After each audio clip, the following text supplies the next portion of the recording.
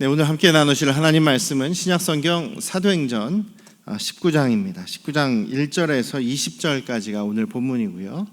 17절부터 20절까지 말씀만 봉독해 드리겠습니다. 신약성경 221쪽입니다. 사도행전 19장 1절부터 20절까지의 본문 중에서 17절부터 20절까지만 봉독해 드리겠습니다.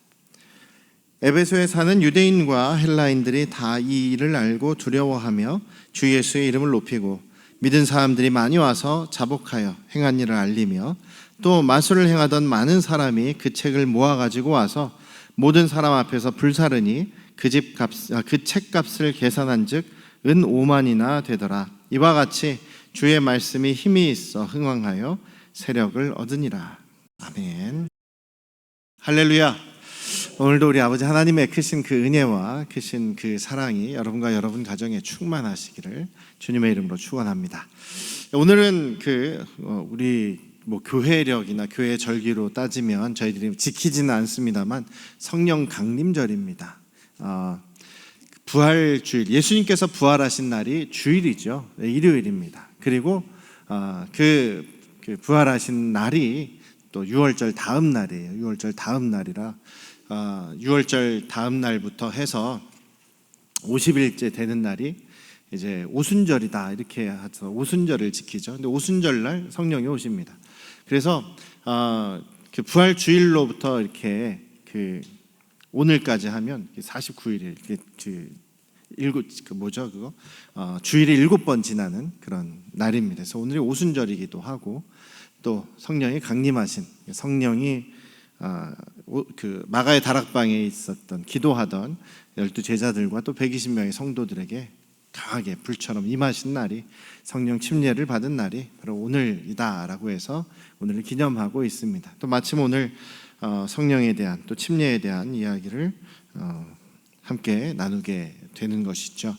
오늘도 우리 아버지 하나님의 크고 놀라우신 은혜가 또 성령의 능력이 여러분과 여러분 가정에 충만하게 임하시기를 주님의 이름으로 축원합니다.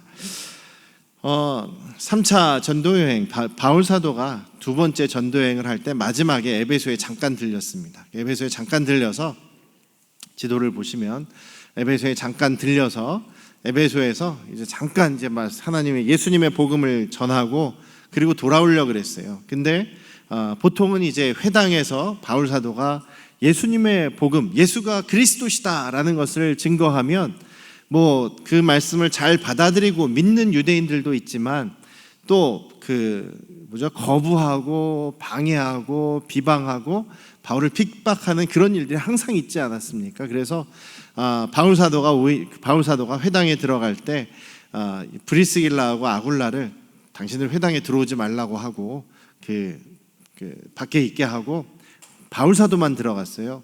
브리스길라 아굴라가 이제 에베소에 남아 있을 거기 때문에 바울이 떠난 다음에 이제 큰 어려움을 당하면 안 되기 때문에 이제 배려하는 그런 모습이었죠. 그런데 에베소 사람들이 오히려 바울 사도의 그 말씀을 듣고 좋게 반응을 하는 거예요. 당신 더 말씀을 듣고 싶습니다. 좀 더 우리와 함께 머물러 주십시오. 이렇게 막 부탁을 하는 거예요. 그런데 바울 사도가 지금 일정이 지금 여유가 없어서 돌아가야 합니다. 지금 떠나지만 잠시 이별하지만 하나님께서 허락하시면 반드시 속히 다시 돌아올 것입니다 라고 약속을 하고 떠납니다. 그렇게 브리스길라와 아굴라를 에베소에 남겨놓고 바울 사도는 이게 가이사랴로 이렇게 배 타고 가서 안디옥까지 다시 올라가게 되죠.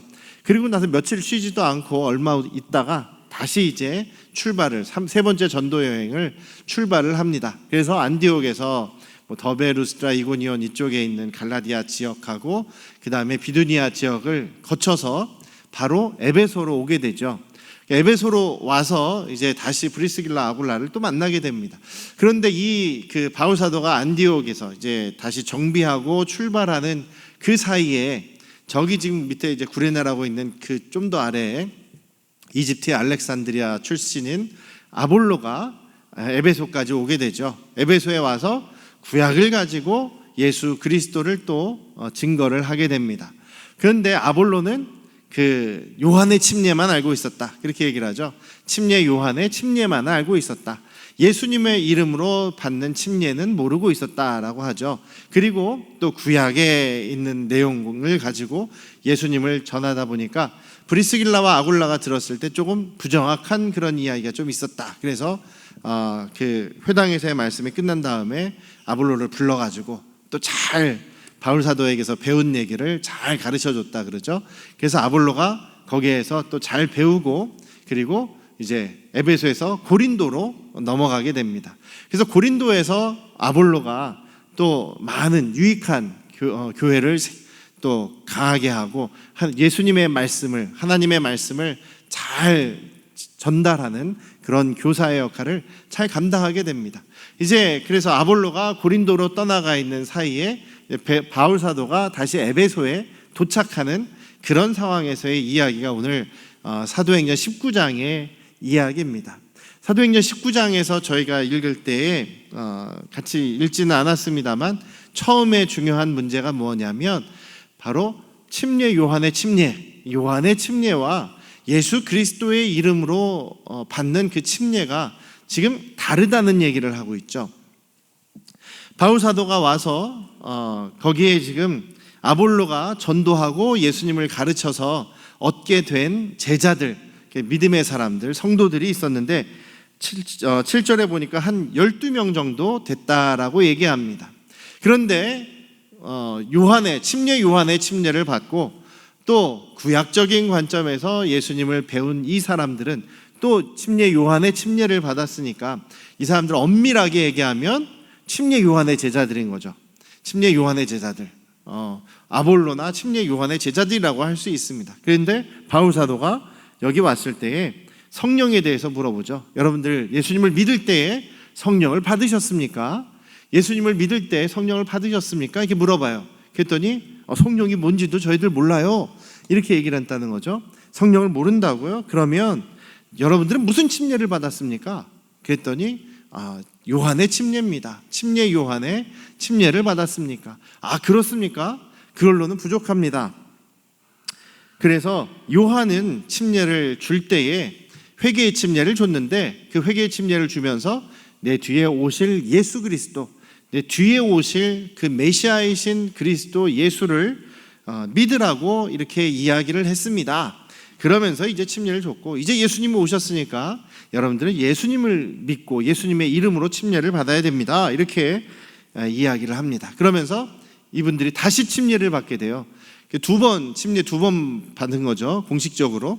그래서 침례를 2번 받고 3번 받고가 큰 문제가 되지는 않습니다만 정말 우리가 예수님을 나의 주님으로 굳게 믿고 영접하고 그리고 이제 앞으로의 나의 삶은 이제 침례를 받을 때 예수님과 함께 죽었다가 다시 부활하는 그 거듭남을 경험하고 또 이제 앞으로는 이제 저의 원래 몸은 죽었으니 이제 예수님, 이제 거듭나서 예수님이 주님이시고 예수님이 나의 주인으로서 이제 새로운 삶은 주님을 위해서 사는, 주님의 이름으로 살아가는 그런 그리스도인으로서 살겠습니다 라고 이제 새로 태어나는 것, 새로 거듭나는 것이 바로 이제 예수님의 이름으로 침례를 받는 그런 침례다라는 것이죠. 그래서 예수님의 이름으로 침례를 줍니다. 그리고 그들에게 손을 얹어서 안수기도 해줬더니 그들이 성령이 그들에게 임하셨고 성령이 충만하게 돼서 또 성령의 침례를 받고 그들이 방언도 하고 예언도 하게 되었다. 처음에 그 예수님을 믿은 증거, 또 예수님의 믿고 성령을 받았을 때 성령으로 거듭남의 증거가 바로 이제 방언과 또 예언이었죠. 처음에 오순절날 성령이 임했을 때는 방언만 나타났는데 그 다음에는 방언과 예언이 나타납니다. 그리고 고린도전서에 가면 더 다양한 성령의 은사들이 성령이 임한 사람들에게, 성령으로 거듭난 사람들에게 나타나게 되었다는 거죠. 그래서 처음에는 이제 이 방언이 나타나게 된 것도 예수님의 이름으로 구원받은 표시라는 겁니다. 그래서 오늘날에도 어떤 그런 사람들은 방언을 안 받으면 구원받은 것이 아니다 이렇게 얘기하는데 그건 틀린 얘기예요. 그건 틀린 말이 전혀 맞지 않은 말입니다. 왜냐하면 성경의 역사에서도 처음엔 방언이었지만 방언과 예언, 그 다음엔 다양한 은사로 나타나기 때문에 그것은 지금 방언만이 뭐 성령 받은 증거, 구원 받은 증거, 그건 아니죠. 그거는 아니다라는 걸 여러분들 분명히 알고 계시면 좋겠어요.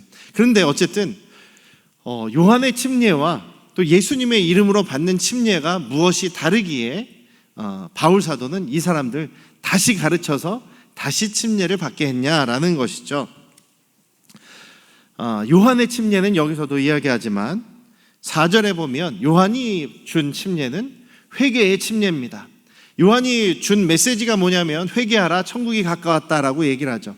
예수님도 물론 초창기에는 똑같이 회개의 침례를 주셨습니다. 예수님께서도 제자들을 시켜서 침례를 줄 때에 회개하라, 천국이 가까웠다, 천국이 이제 곧 임한다라는 그런 메시지와 함께 침례를 주셨습니다. 회개의 침례인데요, 제가 그럼 회개의 침례라고 하면 내가 죄를 잘못했습니다, 제가 이런 죄도 졌고 저런 죄도 졌습니다, 용서해 주십시오라고 하면 그때마다 침례를 받아야 되느냐? 그것은 아닙니다. 그러니까 지금 침례 요한이 줬던 회개의 침례는 내가 지금까지 하나님의 말씀대로 살아가는 것, 그리고 하나님의 백성으로서 살아가지 않았던 저의 그 길을 이제 바꿔서 하나님의 말씀의 길, 또 하나님의 백성으로서의 합당한 길로 제가 이제 살겠습니다, 돌아가겠습니다. 돌이킴의 회개예요. 그리고 삶을 변화하는 그런 이제 돌아섬의 침례, 그 회개의 의미로 받는 것이 침례예요. 그리고 침례 요한은 예수님께서도 말씀하셨듯이 저 사람은 참 가장 위대한 선지자다, 구약의 사람입니다. 예수님을 준비하는 사람이었기에 구약의 선지자였죠. 그 요한의 침례도 마찬가지로 예수님을 이제 맞이할 준비를 하는 그런 구약의 침례입니다. 구약적인 의미로 이제 다시 오실 메시아를 위해서 제가 준비하는 그런 침례를 하는 거예요. 받는 거예요. 그래서 이 침례는요, 다시 하나님의 백성으로 다시 회복되겠습니다라고 하는 그런 유대인 중심의, 다시 참 유대인으로 돌아가겠습니다. 유대인 중심의 그런 그 천국관으로, 하나님 나라관으로 돌아가는 그런 의미가 바로 요한의 침례인 거죠. 그래서 이 유대인이 아닌 사람들이 유대인이 되는 방법, 혹은 유대교에 입교하는 유대교인이 되는 방법이 두 가지가 있는 거예요. 유대인이 되는 방법은 할 일을 행하는 거고요, 그리고 제가 이제 유대교에 들어가겠습니다, 하나님을 섬기는 사람이 되겠습니다라는 의미가 침례예요. 그래서 과거 구약의 시대에도, 그 예수님 전의 시대에도 침례를 이렇게 주었던 기록이 남아 있어요.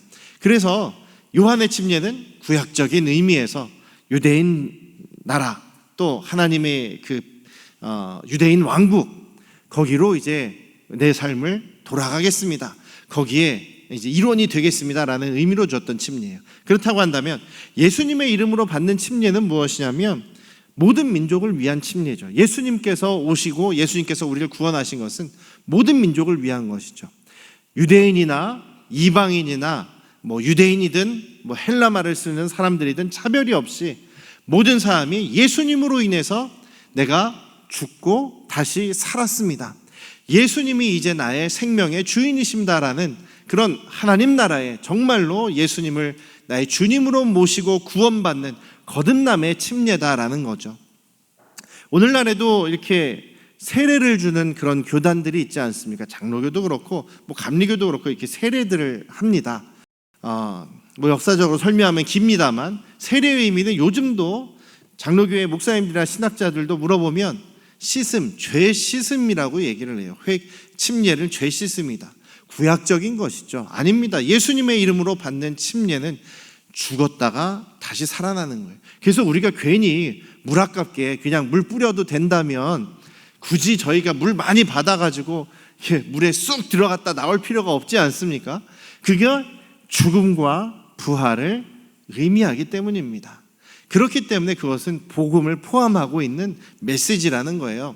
그래서 침례 안 받으면 구원 못 받습니다라는 말이 틀린 말은 아니에요. 침례가 꼭 구원의 그런 필수 조건이냐라고 할 때는 틀린 말은 아니에요. 침례를 안 받은 사람 중에도 구원 받을 수 있는 사람이 있습니다라고 말할 수 있어요. 그런데 그 침례는 바로 우리가 많은 사람들 앞에서 내가 예수님을 나의 주님으로 모십니다. 나는 죽고 이제 예수님과 함께 다시 살아서 나는 이제 거듭난 주님의 사람입니다. 거듭난 하나님의 자녀입니다. 오직 은혜로 이제 앞으로 주님만을 붙잡고 살아가는 믿음의 사람입니다 라는 것을 많은 사람들 앞에서 고백하는 믿음의 표현이고, 하늘나라 생명체에 기록되는 표현이고, 또 성령으로 거듭나는 그런 필수 의식이기도 합니다. 그래서 너무나 중요한 의식이죠. 그래서 침례를 안 받는다, 침례를 안 받겠습니다, 거부하시는 분들은 그 안에 믿음이 있는지 의심할 수밖에 없는 것이죠. 바울 사도께서 로마서에서 그렇게 얘기를 하죠. 예수님을 주로 고백하고 시인하고 많은 사람들 앞에서 예수님이 나의 주님이십니다라는 것을 시인하고, 또 그분이 부활하신 하나님께서 죽은 자 가운데서 다시 살리신 것을 믿으면 너희는 구원을 받는다. 그것의 증거가 바로 무엇이냐면, 언제 주님 많은 사람들 앞에서 예수님이 나의 주님이십니다라고 시인하고 고백합니까? 침례의 자리죠. 침례의 자리에서 여러분들은 공식적으로 주님을 영접합니다. 주님이 나의 주인이십니다라는 것을 고백하는 그런 믿음의 자리라는 거예요. 그래서 혹시라도 여러분들 가운데 아직 예수 그리스도의 이름으로 침례를 받지 않으신 분들이 있다면 꼭 받으셔야 됩니다. 꼭 받으시기를 주님의 이름으로 부탁드립니다. 그래서 이 요한의 침례와 또 예수 그리스도의 이름으로 주는 침례가 달라요. 그런데 어떤 경우에는 예수 그리스도의 이름으로 침례를 받고 올라왔을 때 성령이 임하는 경우도 있어요. 그런데 또 어떤 경우는 예수님의 이름으로 침례는 받았지만 아직 성령이 충만하게 임하시지 않는 경우들이 있는 것입니다. 그래서 침례를 받고 나서 바울 사도가 안수 기도를 해주죠. 안수 기도를 했을 때, 바울 사도가 안수 기도를 했을 때 그들이 성령 충만함을 입어서 방언도 하고 예언도 하게 되었다. 여기 기록이 되어 있습니다. 그래서 오늘도 우리가 그 예수님의 이름으로 침례를 받을 것을 권면도 해야 되고, 또 침례의 의미가 바로 내가 죽고 예수님과 함께 다시 부활해서 이제는 새로운 인생, 하나님의 자녀로서 하나님을 섬기고 하나님께 영광 돌리는 그 새로운 삶을 살아가는 것이라는 의미를 우리가 분명히 알고 그것을 또 증거할 수 있는 그런 저와 여러분들 되시기를 주님의 이름으로 축원합니다. 그런데요, 한 가지 궁금한 점이 떠오르지 않으십니까? 분명히 아볼로를 이렇게 데리고 왔잖아요. 브리스길라하고 아굴라가 그 아볼로를 데리고 왔습니다. 그러면서 아볼로가 부족한 점들을 이제 브리스길라 아굴라가 가르쳤다는 거죠. 여기에 보면 아볼로는 요한의 침례만 알았다. 예수님을 구약에 맞춰서 잘 가르쳤지만 요한의 침례밖에는 몰랐다라는 얘기를 합니다. 그렇다는 얘기는 그 보고를 이제 브리스길라와 아굴라가 해줬겠죠. 아굴라가 하고 브리스길라가 아볼로를 불러가지고 예수님이 이런 분이십니다, 또 약간 좀 수정해야 될 부분이 이런 부분입니다 가르쳤을 때에 예수님의 이름으로 하는 침례도 분명히 가르쳤을 거란 말이죠. 그런데 또 브리스길라 아굴라도 바울로부터 제대로 배웠고, 또 이들도 바울 사도와 함께 있었으니까 예수님을 영접하고 성령을 받는 그 경험을 했을 거란 말이죠. 그런데 성령에 대한 얘기를 또 아볼로에게 해주지 않았는지 여기 아볼로의 제자들은 그걸 모르고 있단 말이죠. 예수님의 이름으로 하는 침례도 모르고 있고 성령도 모르고 있다는 겁니다. 브리스길라 아굴라가 아볼로를 이렇게 잘 가르쳐주고, 당신도 예수님의 이름으로 침례 받아야 됩니다, 침례 줄 수도 있는 건 아니겠습니까? 브리스길라 아굴라가 성령에 대해서 가르쳐주고 성령으로 충만하게 같이 기도해 줄 수도 있는 건 아니겠습니까? 근데 그런 얘기가 안 나온다는 거죠. 브리스길라 아굴라도 분명히 할 수 있는데 바울 사도가 오고 나서야 그 성령을 받는 일이 있게 되었다는 거죠. 왜 브리스길라와 아굴라가 그 일을 할 수도 있었을 텐데 하지 않았을까라는 것이 살짝 궁금해집니다. 사도행전 8장에 보시면은요, 빌립 집사가, 예루살렘의 7 집사 중 하나였던 빌립 집사가, 그분도 성령으로 충만한 분이었어요. 이디오피아 내시를 전도하고 예수님의 이름으로 침례도 줬습니다. 또 사마리아 지역에서 예수님의 복음을 전하면서 거기서 전도하면서 많은 사람들이 예수님께로 돌아오게 돼요. 예수님을 믿게 돼요. 그리고 또 예수님의 이름으로 침례도 줍니다. 그런데 얼마 있다가 베드로 사도와 요한 사도가 예루살렘으로부터 다시 올라와요. 이제 사마리아에서 예수님을 믿었다는 얘기를 듣고 올라옵니다. 그래서 근데 베드로와 요한이 물어봐요. 성령을 받았습니까? 그랬더니 아직 안 받았다는 거예요. 그래서 베드로와 요한이 또 안수기도를 해줍니다. 그러자 그들이 성령이 충만해져서 또 그들이 또 방언하고 또 믿음의 확신이 생기게 되었다는 거죠. 여기서도 마찬가지입니다. 바울 사도가 온 다음에 바울 사도가 물어보죠. 성령을 받았습니까? 성령이 계신 줄도 몰랐습니다. 그래요? 이리 오십시오.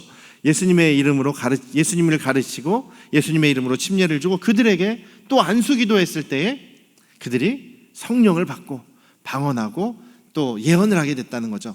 이 당시에는요, 그 성령의 역사가 일어나는 것, 성령의 은사를 받는 것이 굉장히 중요했습니다. 침례를 받을 때든 안수를 받을 때든 성령의 역사가 방언으로든 또 예언으로든 분명하게 나타났어요. 그것이 바로 이 사람들이 구원받은 증거였습니다. 하나님의 자녀가 되고 예수님을 믿었다라고 하는 증거입니다. 왜냐하면 그런 증거가 안 나타나면, 없었다라고 한다면 여전히 할례 받아야 되는 거예요. 이방인들도 할례 받아야 되는 거예요. 그런데 예수님을 믿고 예수님을 영접하고 침례받고 혹은 기도했을 때 그들이 성령으로 충만해져서 방언을 하고 예언을 하게 됐다라고 하면 모든 사람들이 저 사람들이 할례를 받지 않았고 이방인이지만 예수님의 영이 임하셨다, 저들은 구원받았다라고 인정하게 되는 거예요.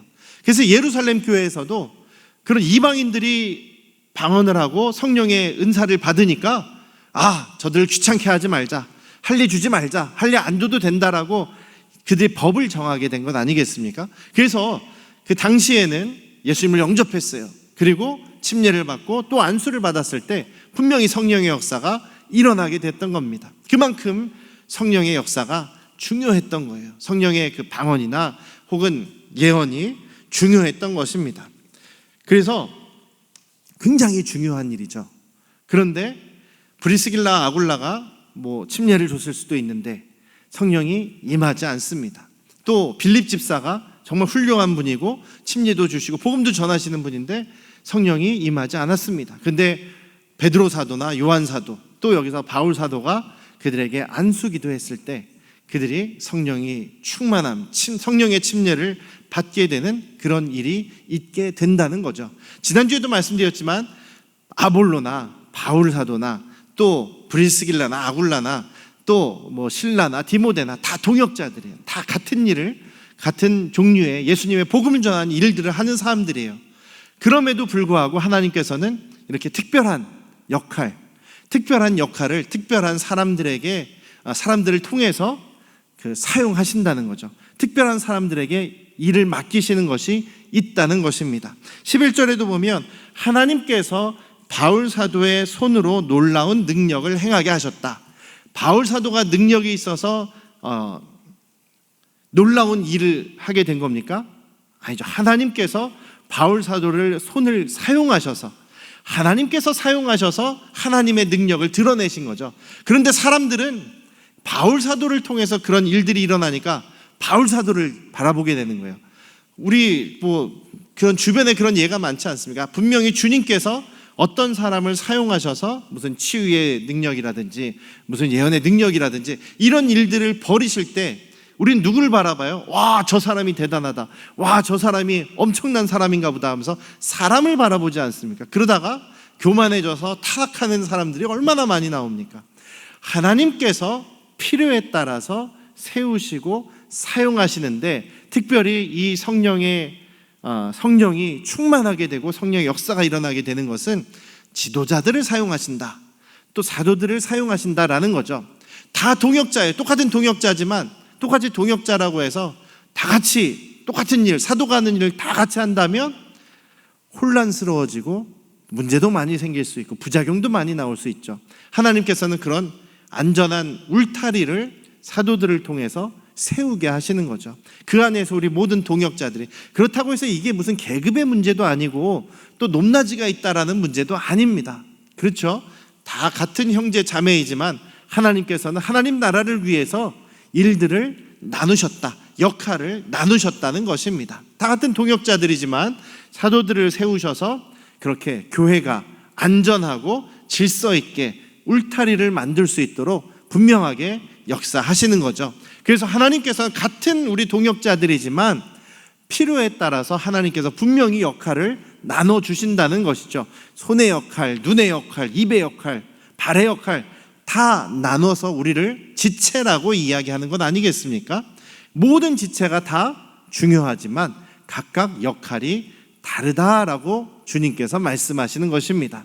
사랑하는 우리 안양 성도교 가족 여러분, 그래서 우리 안에도 이런 질서와 또한 이런 울타리가 중요하다라는 사실을 우리 잊지 않으시기를 원합니다.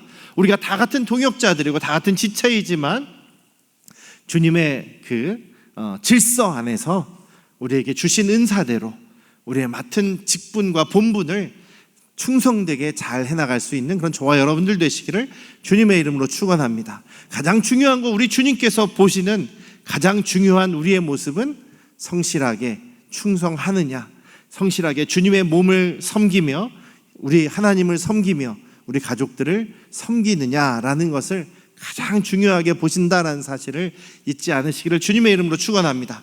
그래서 나는 왜 병 고치는 은사를 안 주십니까? 나는 왜 방언의 은사를 안 주십니까? 나는 왜 예언의 은사를 안 주십니까? 이럴 필요가 없다는 거죠. 우리 주님께서 우리에게 모든 주님의 필요를 따라서 우리에게 은사를 다 주셨습니다. 그리고 그것을 우리는 충성되게 사용하는 그런 것이 가장 중요한 것이죠. 그리고 은사는요, 우리가 가장 기본적으로 가지고 있는 것이 있습니다. 사랑의 은사죠. 하나님을 사랑하고 서로 사랑하는 것, 은사이기도 하고 성품이기도 하고 우리의 의무, 책임이기도 합니다. 그것이 또 하나님의 계명, 법이기도 하죠. 그것을 우리가 잘 해나가는 것이 가장 중요하다라는 것 오늘도 잊지 않으시기를 주님의 이름으로 축원합니다. 그런데 어쨌든 여기에서 바울 사도를 통해서 어마어마한 그런 능력이 일어납니다. 다른 사람도 아니야. 하나님께서 바울 사도를 통해서 그 역사들이 일어나게 하십니다. 사도를 통해서 역사하게 하시는데요. 그런데 병 고침의 역사도 일어나고 귀신이 쫓겨나는 이런 일들도 일어나죠. 근데 이 역사들이, 성령의 역사들은요, 하나님께서 이렇게 또 강하게 주실 때에는 그만큼 이 에베소 지역이 믿음을 유지하기가, 신앙생활 하기가 너무나 어려운 환경이기 때문에 그렇게 또 강하게 역사해 주시는 것입니다. 그래서 역사들이 일어나는 것이 때때로는 우리가 정말 힘든 이 믿음 생활 속에서 그것을 해나갈 수 있도록 하나님께서 도와주시지 않으면 우리가 살 수 없으니까 주시는 경우가 있다라는 거죠. 여기 사람들은 정말 귀신이 참 많이 역사하던 그런 곳이 에베소였습니다.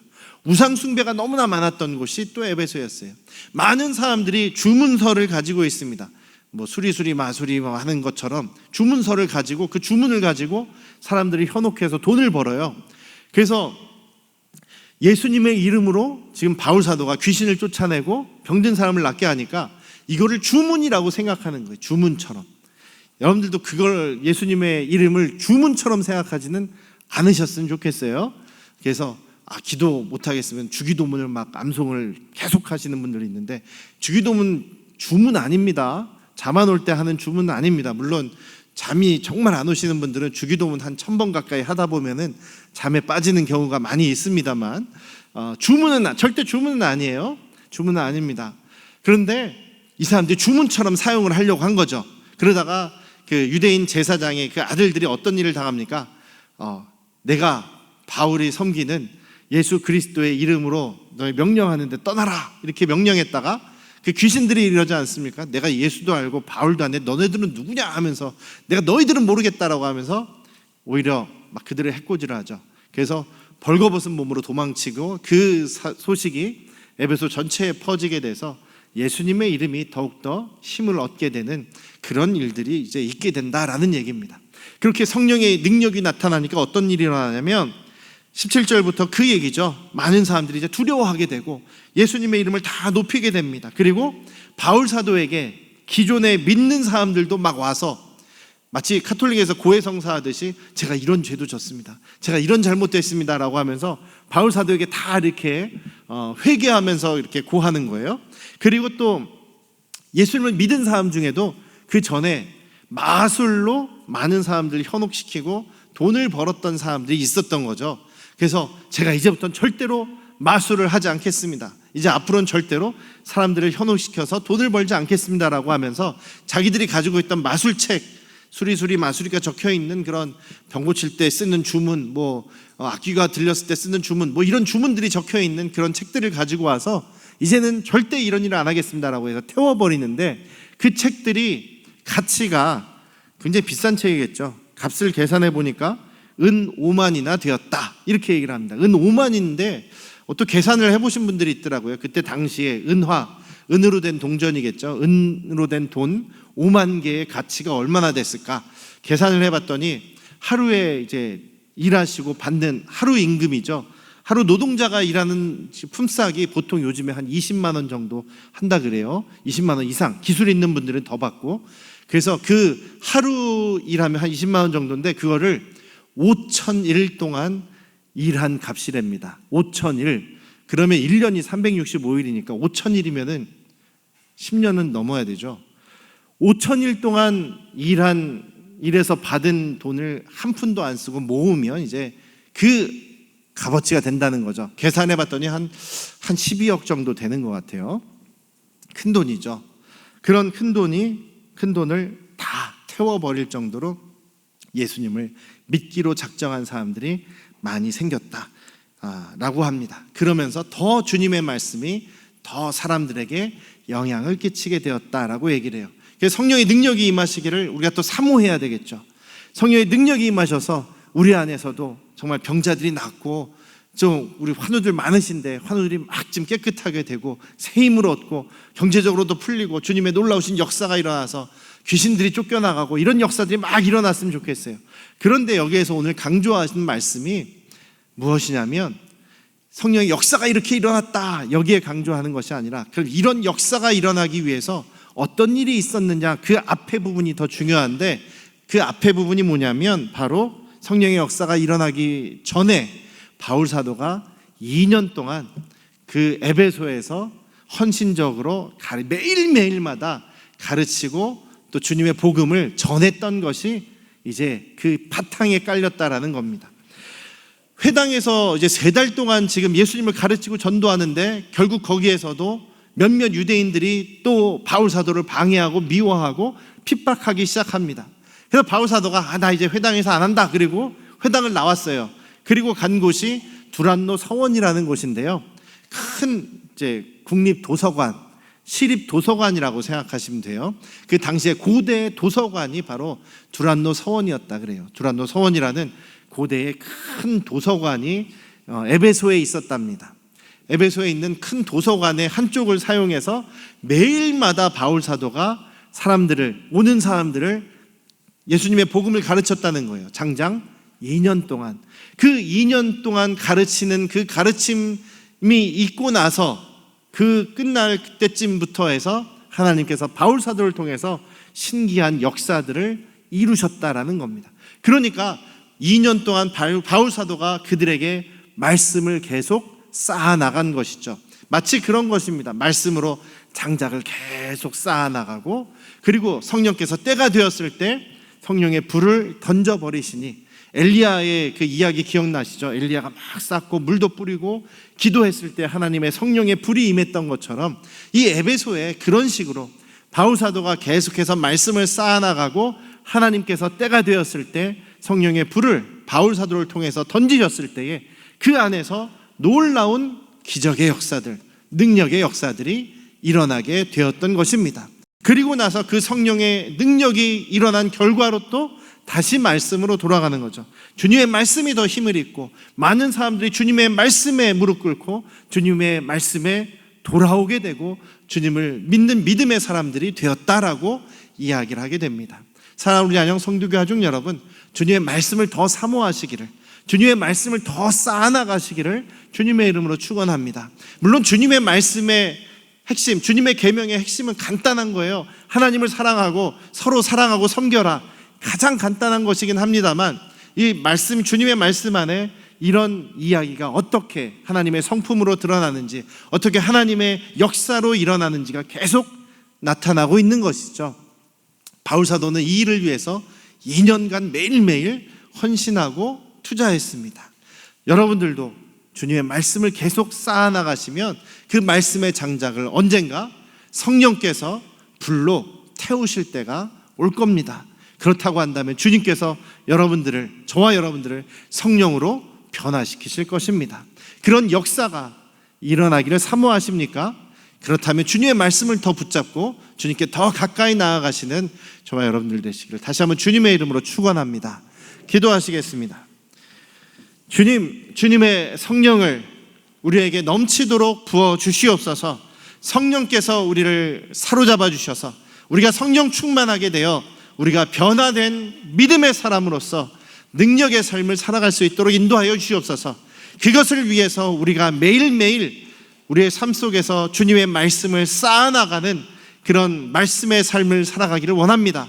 주님의 말씀을 더 사모하며 주님의 말씀이 우리를 주관하시기를 사모하며 살아가기를 원합니다. 주님의 말씀에 또한 순종하는 믿음으로 살아갈 때에 주님께서 주님의 때에 우리를 성령으로 충만하게 능력으로 역사해 주실 줄 믿습니다. 성령께서 역사하여 주시옵소서. 주님의 말씀으로 우리를 새롭게 하여 주시옵소서. 우리가 순종할 수 있는 믿음도 허락하여 주시고 이 세상에서 세상의 가치가 아닌 하나님 나라 말씀의 가치를 붙잡고 살아갈 수 있도록 역사하여 주시옵소서. 이제는 우리를 죄에서 구원하신 예수 그리스도의 은혜와